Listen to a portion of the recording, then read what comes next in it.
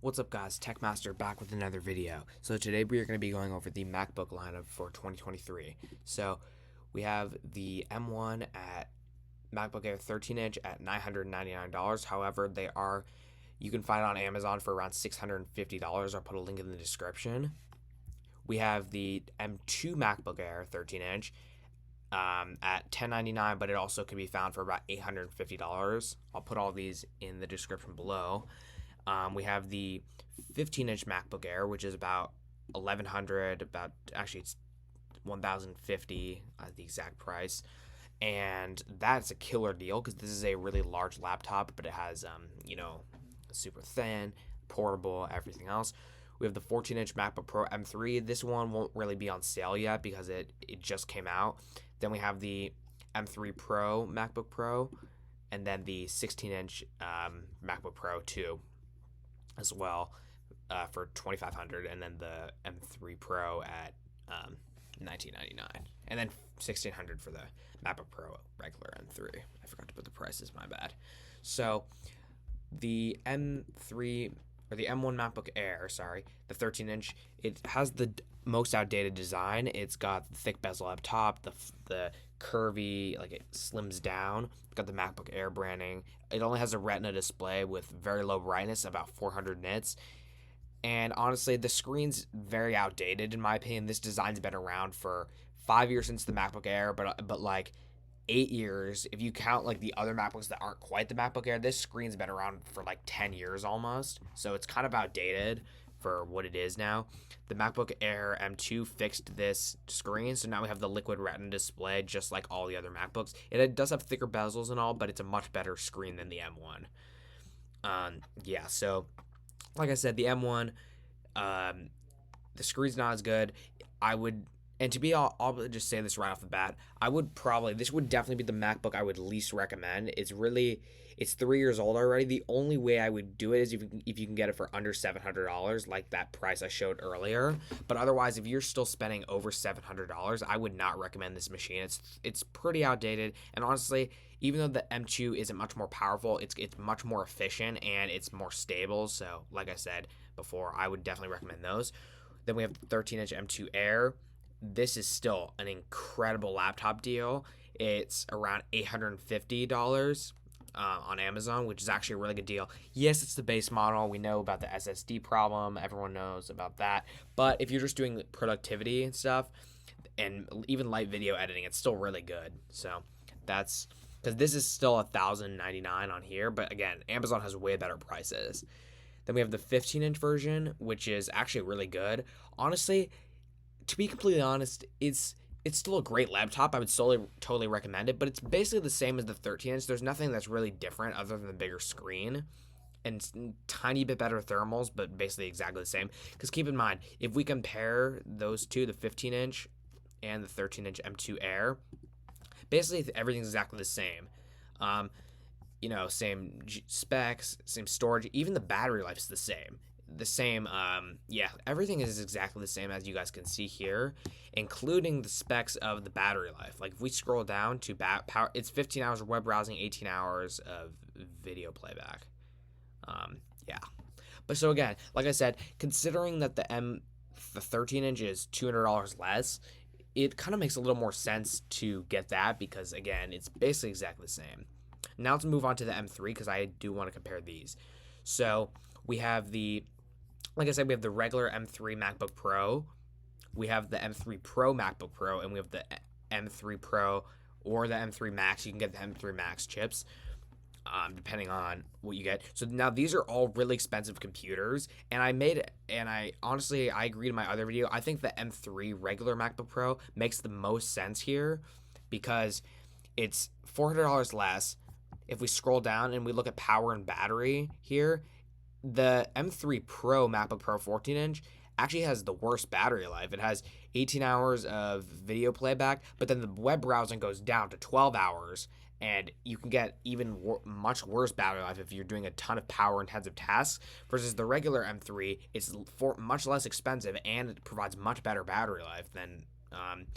And then the 16-inch, if you want a big laptop, I would totally recommend that one because that one honestly makes a lot more sense than the 14-inch, in my opinion.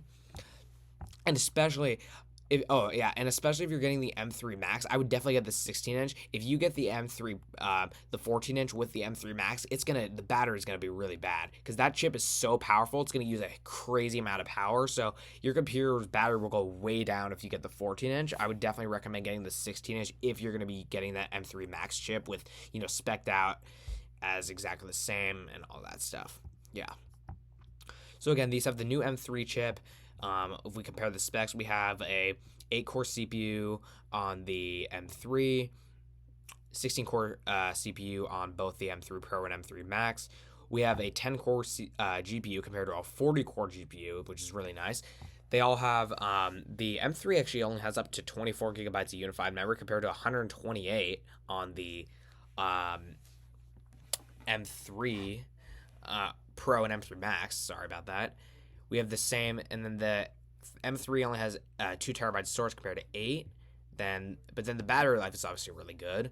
So on the chip side of things, this is where it gets super weird, which I've mentioned before. The M3 is kind of okay. It's basically the same as the M2. 4 performance cores, 4 efficiency cores, 8-core CPU, 10-core GPU, 100 gigabytes per second memory bandwidth. Basically the exact same performance as the M2 chip.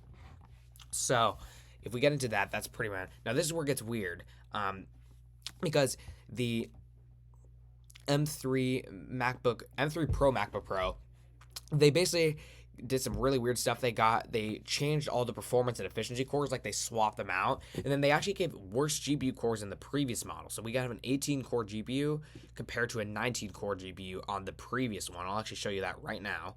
If we go to M3 Pro MacBook Pro 14-inch, look, 19-core GPU, and 200 gigabytes of memory bandwidth compared to 150. So this is the weird thing, is that I feel like they basically made the M3 in some areas worse than the M3, previous M2 Pro. They made the M3 Pro worse than the M2 Pro.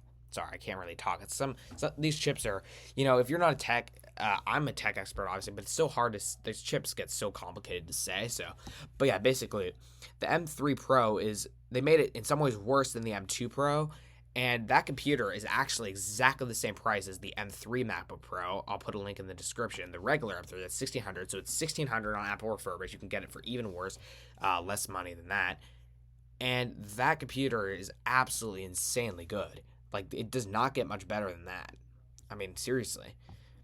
So, honestly, if we scroll down, we got the exact same stuff. So, I'm going to be completely honest. Out of these MacBooks, the whole lineup, I would say I still recommend the 13-inch MacBook Air M2. I think this is such an incredible laptop for everything it is, and for the price that you get it. I think it is an incredible machine. So good. Like, honestly.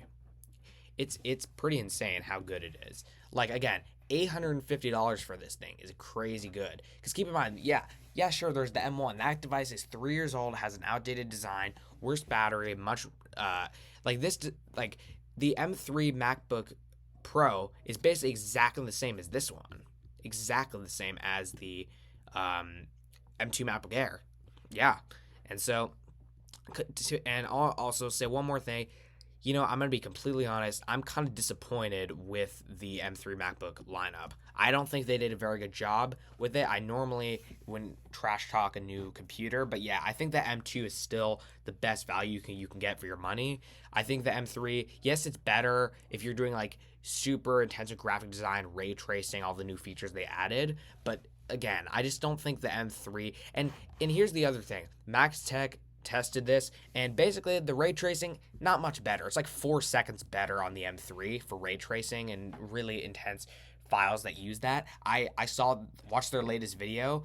I'll put it down, a link in the description below. It's comparing the M2 MacBook Air against the M3 MacBook Pro. If you watch that video towards the end, the ray tracing is basically exactly the same. So again, it's not really much better. But yeah, I think the M1 doesn't make a lot of sense. The M3 or the M2 MacBook Air 13-inch is probably the best value. The 15-inch is also great. It's a little more expensive, but if you want a larger screen, that's a really good laptop for sure. And then the worst MacBook in this lineup, in my opinion, out of the new ones, is the MacBook Pro 14-inch M3 Pro. I don't think it makes a lot of sense. They downgraded a lot of the specs. They made the battery life pretty bad compared to the rest of the lineup. Yeah, it just doesn't make a lot of sense, honestly. And especially for it being $2,000, like, no one wants to pay $2,000. Look, if you're getting a 16-inch MacBook Pro, that's better because that's actually a bigger screen. And you're not compromising a lot of things. That makes a lot more sense even for $2,500. Like, I think the if you're gonna buy any of the M3 Max, which it's not my first choice, they're obviously good, but I think the M2 or the M3 MacBook Pro is the like, that's all you need. It's $1,600. It's got great battery life. It's really all you need. So yeah. Anyway, guys, I'm gonna end that here. But yeah, if you want to watch this video, totally click on it. And yeah, I'll see you guys in the next video. Peace out.